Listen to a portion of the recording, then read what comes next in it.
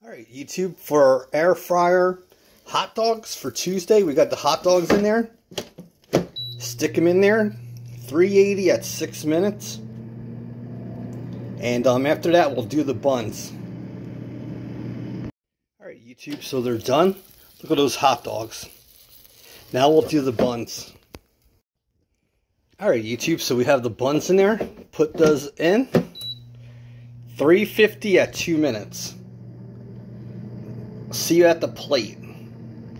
All right, YouTube, so those are done. Now we go to the plate. All right, YouTube, those are done. Look at that. So you can take mustard. Put on as much mustard as you want.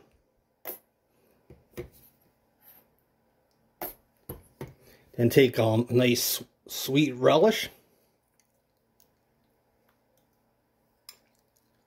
And put it on there. And you have a really good dinner.